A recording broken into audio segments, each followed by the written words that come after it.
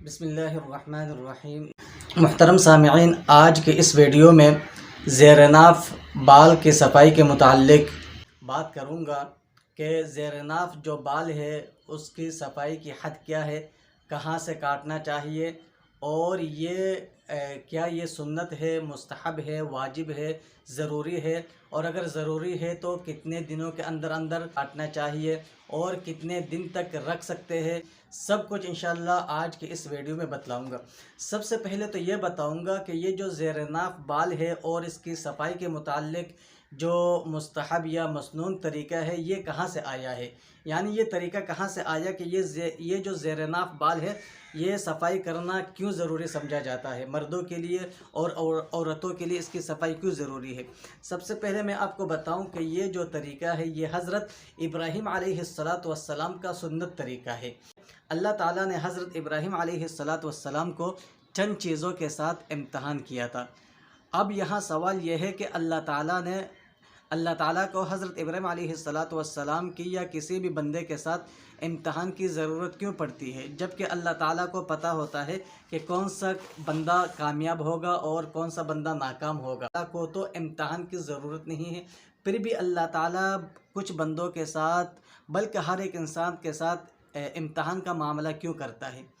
تو اس کا جواب یہ ہے کہ اللہ تعالیٰ انسانوں کے ساتھ اور انسانوں کا امتحان اس لیے کرتا ہے تاکہ یہ بتلانا مقصود ہوتا ہے کہ اس بندے کا جب میں امتحان کروں گا، امتحان کرنے کے بعد دوسرے لوگوں کو یہ پتہ چلے گا اور اس کو بھی یہ پتہ چلے گا کہ وہ کتنے پانی میں ہے، وہ اس امتحان میں کتنا کامیاب ہوتا ہے۔ چنانچہ اللہ تعالیٰ نے حضرت ابراہیم علیہ السلام کے امتحان کیا، بہت بڑے بڑے امتحانات کیے تھے۔ ابراہیم علیہ السلام ان امتحانات میں کامیاب بھی ہوئے۔ تو سب سے پہلے امتحان تو یہ تھا کہ اللہ تعالیٰ نے حضرت ابراہیم علیہ السلام کو ایسی قوم میں بھیجا تھا کہ جس قوم میں بت پرستی عام تھی، یعنی کوئی بھی انسان ایسا نہیں تھا جس میں جو بت پرستی میں مبتلا نہ ہو۔ یہاں تک کہ حضرت ابراہیم علیہ السلام کے والد گرامی وہ بھی بت پرستی میں مگن تھے، بت بناتے تھے، بت کی پرستش کرتے تھے، بتوں کے لیے الگ جگہ بنائی ہوئی تھی۔ تو اللہ تعالیٰ نے حضرت ابراہیم علیہ السلام کو اس قوم میں بھیجا۔ تو حضرت ابراہیم علیہ السلام اس قوم میں گئے، دعوت دی، اور دعوت دینے کے بعد اس امتحان میں کامیاب بھی ہوا، کیونکہ نمرود نے حضرت ابراہیم علیہ السلام کو آگ میں بھی ڈالا۔ تو بہرحال اس امتحان میں حضرت ابراہیم علیہ السلام کامیاب ہوئے۔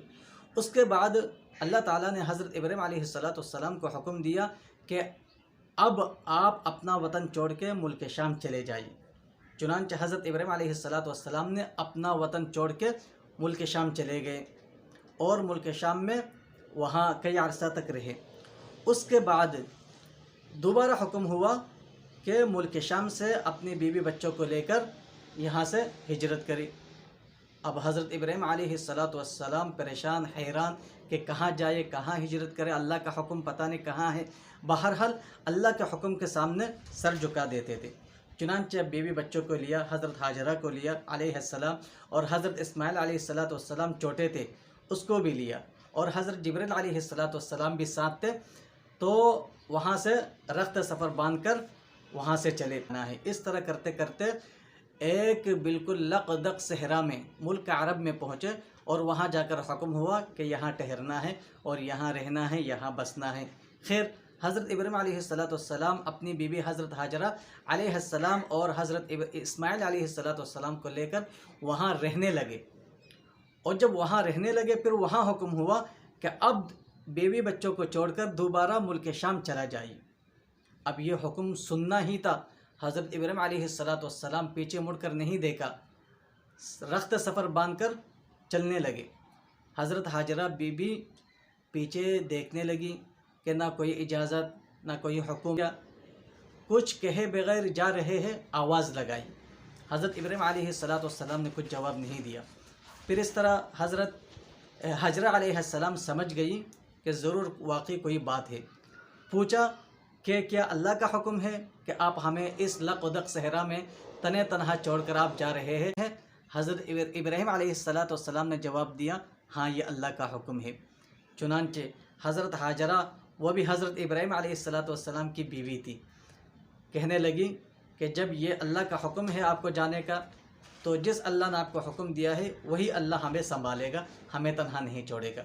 خیر پھر ہوا کیا، حضرت ہاجرہ نے اپنے بیٹے حضرت اسماعیل علیہ السلام کو پانی پلانے کے لیے صفا مروہ کا دوڑ لگایا، 7 چکر لگایا.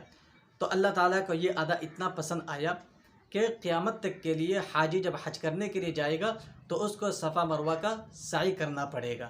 بہرحال حضرت ابراہیم علیہ السلام اس امتحان میں بھی کامیاب ہوئے کہ جہاں نہ کوئی انسان تھا اور نہ کوئی پانی کا بندوبست تھا کہ اللہ تعالیٰ نے فرشتوں کے ذریعے وہاں پانی کا بندوبست کیا اور چشمے کا بندوبست کیا، جس کو آج ہم آب زمزم کہتے ہیں، زمزم.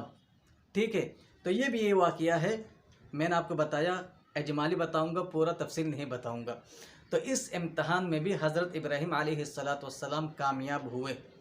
بہرحال پھر اس کے بعد اللہ تعالیٰ نے چند احکامات کے ساتھ اللہ تعالیٰ نے حضرت ابراہیم علیہ السلام کا امتحان کیا، جس میں حضرت ابراہیم علیہ السلام پورے کے پورے اترے. ان احکامات میں ایک حکم اور ایک مسئلہ، یہ جو زیر ناف بال ہے اس کی صفائی کا حکم ہے. اچھا، یہ جو زیر ناف بال کی صفائی کا حکم ہے یہ حضرت ابراہیم علیہ السلام کا سنت طریقہ ہے. اب یہ طریقہ کیا ہے کہ کہاں تک بال کو کاٹنا چاہیے؟ تو اس کا حکم یہ ہے کہ جب انسان اکڑو ہو کر بیٹھتا ہے اور بیٹھنے کے بعد جب ناف کے نیچے پہلے بل پڑتا ہے وہاں سے شروع ہو کر یہ عضو تناسل ہے، خصیتین ہے، دوبر یعنی پیچھے کا جو شرمگاہ ہے وہاں کے جو آس پاس بال ہے اور ران کے وہ بال جہاں گندگی لگنے کا حکم ہے اس کی صفائی کرے. اب یہ صفائی کتنے دنوں کے بعد کرے؟ تو علماء فرماتے ہیں کہ ہفتے میں ایک دفعہ ضرور صفائی کرے. اگر ہفتے میں نہ ہو 1 مہینہ میں کرے، یعنی 40 دن سے پہلے صفائی کرنا ضروری ہے، واجب ہے. اور 40 دن تک رکھنا یا 40 دن سے زیادہ رکھنا یہ مکروہ ہے. امید ہے آپ حضرات کو یہ ویڈیو اچھی لگی ہوگی، ساتھ ساتھ مسئلہ بھی سمجھ میں آ گیا ہوگا. اگر ویڈیو اچھی لگے تو ویڈیو کو لائک کر دینا اور چینل کو سبسکرائب کر دینا. ملتے ہیں نیکسٹ ویڈیو میں. والسلام علیکم.